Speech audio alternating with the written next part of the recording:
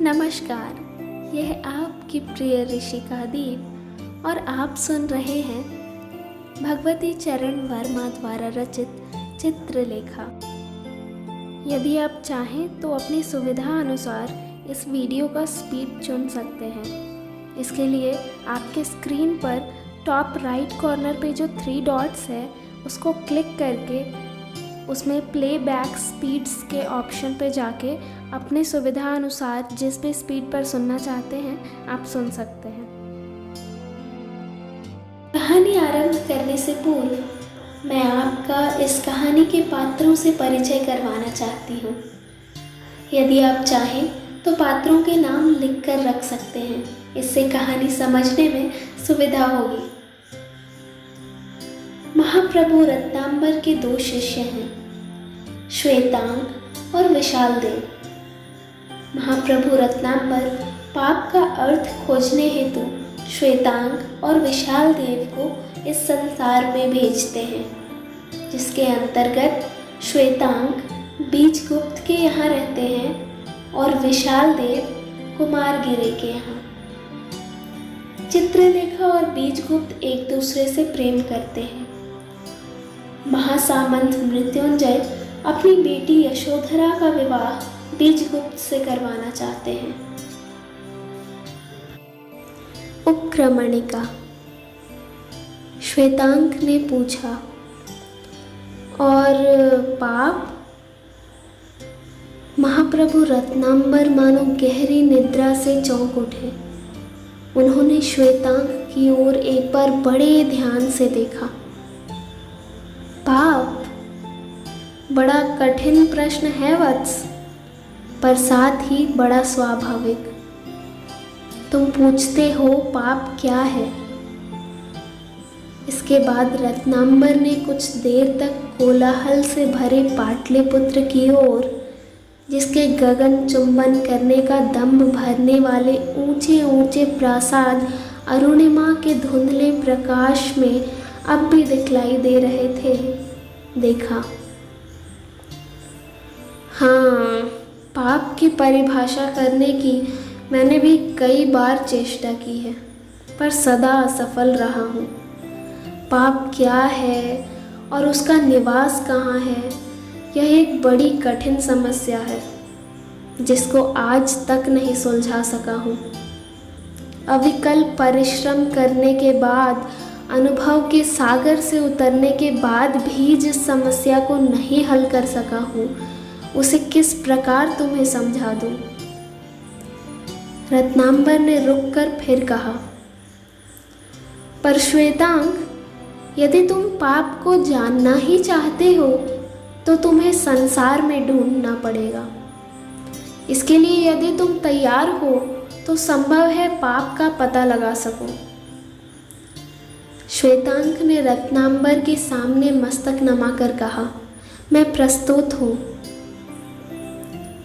और कदाचित तुम भी पाप को ढूंढना चाहोगे। रत्नांबर ने विशाल देव की ओर देखा। विशाल देव ने रत्नांबर के सामने मस्तक नमाते हुए कहा, महाप्रभु, आपका अनुमान उचित है। रत्नांबर का मुख प्रसन्नता से चमक उठा। इससे पहले कि मैं तुम लोगों को संसार में भटक कर अनुभव प्राप्त करने को छोड़ दूं, तुम्हें परिस्थितियों से भिज्ञ करा देना आवश्यक होगा। इस नगर के 2 महानुभावों से मैं यथेष्ट परिचित हूँ, और इस कार्य को पूरा करने के लिए तुम लोगों को इन दोनों की सहायता की आवश्यकता होगी। एक योगी है और दूसरा भोगी। योगी का नाम है कुमारगिरी और भोगी का नाम है बीजगुप्त। तुम दोनों के जीवन को इनके जीवन स्रोत के साथ साथ ही बहना पड़ेगा। दोनों शिष्यों ने एक साथ उत्तर दिया, स्वीकार है। विशाल देव, तुम बाहर हो और तुम्हारी ध्यान तथा आराधना पर अनुरक्ति है, इसीलिए तुम्हें कुमारगिरी का शिष्य बनना उचित होगा। और श्वेतांग, तुम क्षत्रिय हो, तुम्हें संसार से अनुरक्ति है, इसलिए तुम्हें बीजगुप्त का सेवक होना पड़ेगा। दोनों शिष्यों ने एक साथ उत्तर दिया, स्वीकार है। तुम दोनों के मार्ग निर्धारित हो चुके हैं, अब रहा मैं। तुम लोग मेरी चिंता ना करो। जीवन में अनुभव की उतनी ही आवश्यकता होती है जितनी उपासना की। तुम अनुभव प्राप्त करो, मैं तपस्या करूँगा। आज से 1 वर्ष बाद तुम दोनों मुझसे यहीं पर मिलोगे और उस समय फिर से हम अपने निर्धारित कार्यक्रम पर चल सकेंगे। पर एक बात याद रखना, जो बात अध्ययन से नहीं जानी जा सकती उसको अनुभव से जानने का प्रयत्न करने के लिए ही मैं तुम दोनों को संसार में भेज रहा हूँ। पर इस अनुभव में तुम स्वयं ही न बह जाओ, इसका ध्यान रखना पड़ेगा। संसार की लहरों की वास्तविक गति में तुम दोनों बहोगे। उस समय यह ध्यान रखना पड़ेगा कि कहीं डूब न जाओ। श्वेतांक ने विशाल देव की ओर देखा और विशाल देव ने श्वेतांक की ओर।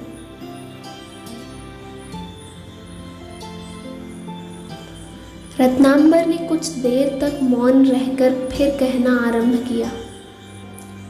जिन परिस्थितियों में तुम जा रहे हो उनका पहले से ही परिचय करा दूं। कुमारगिरी योगी है। उसका दावा है कि उसने संसार की समस्त वासनाओं पर विजय पा ली है। संसार से उसको विरक्ति है और अपने मतानुसार उसने सुख को भी जान लिया है। उसमें तेज है, प्रताप है, उसमें शारीरिक बल है और आत्मिक बल है। जैसा कि लोगों का कहना है, उसने ममत्व को वशीभूत कर लिया है। कुमारगिरी युवा है, पर यौवन और विराग ने मिलकर उसमें एक अलौकिक शक्ति उत्पन्न कर दी है।